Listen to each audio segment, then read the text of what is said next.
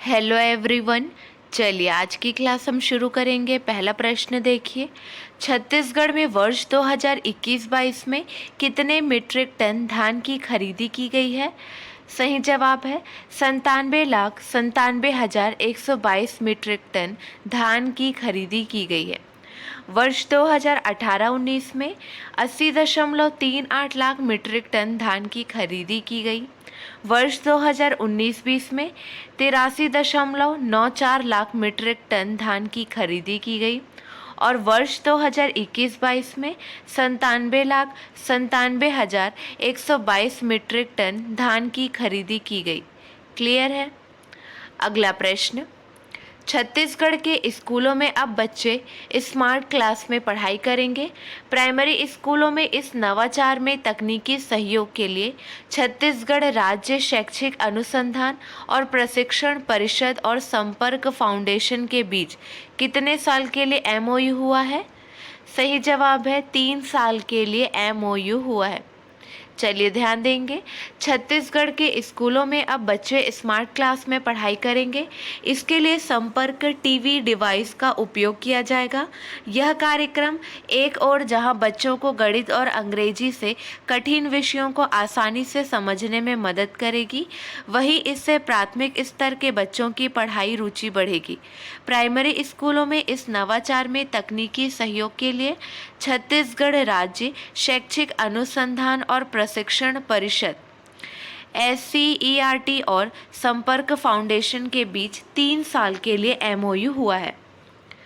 अगला प्रश्न है, निम्न में से कौन हिंदुस्तान टाइम्स एजुकेशन समिट 2022 को संबोधित करेंगे? सही जवाब है मुख्यमंत्री भूपेश बघेल संबोधित करेंगे। अगला प्रश्न है, छत्तीसगढ़ में 20 जुलाई 2020 से लेकर 15 जुलाई 2022 तक कितने लाख क्विंटल से अधिक गोबर की खरीदी की गई है? 4 ऑप्शन दिए गए हैं, इनमें से सही जवाब है 76 लाख। छत्तीसगढ़ में 20 जुलाई 2020 से लेकर 15 जुलाई 2022 तक 76 लाख क्विंटल से अधिक गोबर की खरीदी की गई है। अगला प्रश्न है, छत्तीसगढ़ में सुराजी गांव योजना के तहत कितने नाले वन क्षेत्रों में स्थित है? सही जवाब है 8000 नाले वन क्षेत्रों में स्थित है। चलिए ध्यान देंगे, सुराजी गांव योजना के तहत 30,000 नालों का चिन्हांकन किया गया है और 8000 नाले वन क्षेत्रों में स्थित है। अगला प्रश्न है, छत्तीसगढ़ में आंगनबाड़ी कार्यकर्ताओं व सहायिकाओं का मानदेय कितने रुपए किया गया है? ये क्वेश्चन भी इम्पॉर्टेंट है। इसका सही जवाब है 6500 रुपये किया गया है। क्लियर है। छत्तीसगढ़ में आंगनबाड़ी कार्यकर्ताओं व सहायिकाओं का मानदेय 6500 रुपये किया गया है। अगला प्रश्न है, प्रदेश में उद्योगों की स्थापना के लिए कितने MOU हुए हैं? सही जवाब है 178 MOU हुए हैं। अगला प्रश्न है, चलिए कुछ इम्पॉर्टेंट रिवीजन क्वेश्चंस देखिए।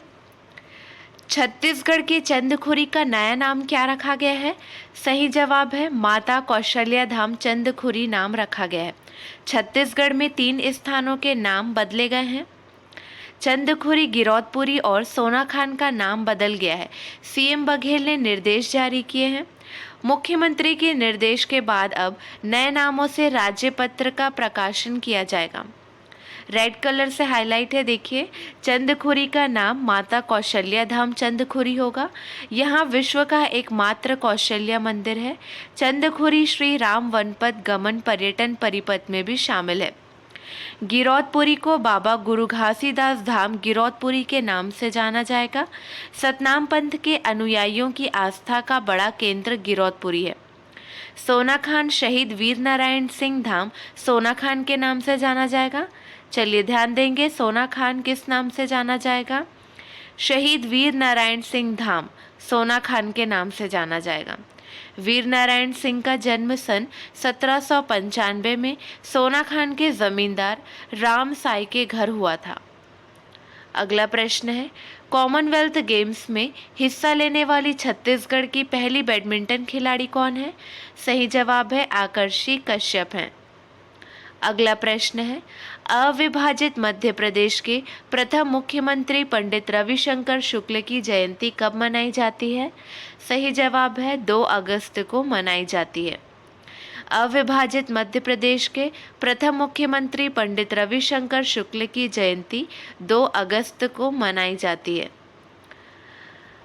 चलिए ध्यान देंगे, भारतीय स्वतंत्रता संग्राम के राष्ट्रीय आंदोलनों में उन्होंने शीर्ष भूमिका निभाई।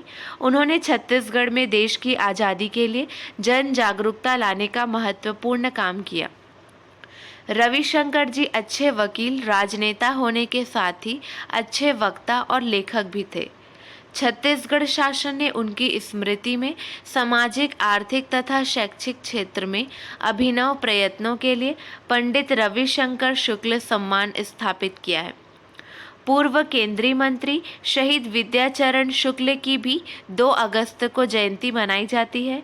उन्होंने केंद्रीय मंत्री के रूप में कई सालों तक छत्तीसगढ़ का प्रतिनिधित्व किया। केंद्रीय मंत्री के रूप में विद्याचरण जी ने देश के साथ साथ छत्तीसगढ़ के विकास की राह भी प्रशस्त की।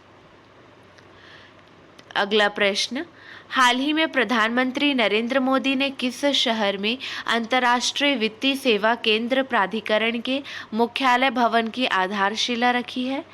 सही जवाब है गांधीनगर। प्रधानमंत्री नरेंद्र मोदी ने गुजरात के गांधीनगर के गिफ्ट सिटी में अंतर्राष्ट्रीय वित्तीय सेवा केंद्र प्राधिकरण के मुख्यालय भवन की आधारशिला रखी है। अंतर्राष्ट्रीय वित्तीय सेवा केंद्र प्राधिकरण की स्थापना भारत सरकार द्वारा देश में अंतर्राष्ट्रीय वित्तीय सेवा केंद्रों को विकसित और विनियमित करने के लिए की गई थी। इसकी स्थापना अप्रैल 2020 में हुई थी। अगला प्रश्न है, इनमें से किस बैंक ने हाल ही में पटना में अपना पहला करेंसी चेस्ट स्थापित किया है? सही जवाब है बंधन बैंक। बंधन बैंक ने हाल ही में पटना में अपना पहला करेंसी चेस्ट स्थापित किया है। बंधन बैंक के अनुसार इससे प्रत्यक्ष या अप्रत्यक्ष रूप से सभी ग्राहकों को फायदा होगा। पटना में दैनिक आधार पर बहुत सारे नकल लेन देन होते हैं। ऐसे में करेंसी चेस्ट से बैंक शाखाओं को भी लाभ होगा। चलिए आपके लिए 2 प्रश्न हैं, इसका सही जवाब आपको कमेंट सेक्शन में देना है। प्रश्न देखिए, कॉमनवेल्थ गेम्स में भारत के जेरेमी लालरीनुंगा ने कौन सा मेडल जीता? अगला प्रश्न है, कॉमनवेल्थ गेम्स 2022 में मीराबाई चानू ने कौन सा मेडल जीता है? चलिए आज के लिए बस इतना ही। अगले वीडियो में मिलेंगे नए प्रश्नों के साथ। Keep watching and keep learning.